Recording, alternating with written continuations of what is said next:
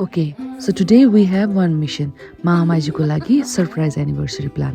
Balloon फुलाएर room सजाएर सानो सानो डिटेल्स एड गर्दै we tried to make the place look romantic.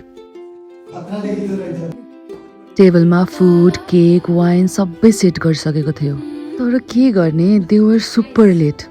हामी चाहिँ यहाँ वेट गर्दैछौँ. कति बेला आउँछ? सो हामीले नुडल्स बनाएर खायौँ. पेट पूजा हुँदैछ बिकज उहाँहरूले धेरै ढिलो गर्नुभयो आउन. Waiting while eating noodles felt funny. तर मनमा एक्साइटमेन्ट त भरपुर थियो. एन्ड अफ कोर्स वेट गर्ने बेला एकदम धेरै रमाइलो भयो. यहाँ झगडा सुरु भइसक्यो.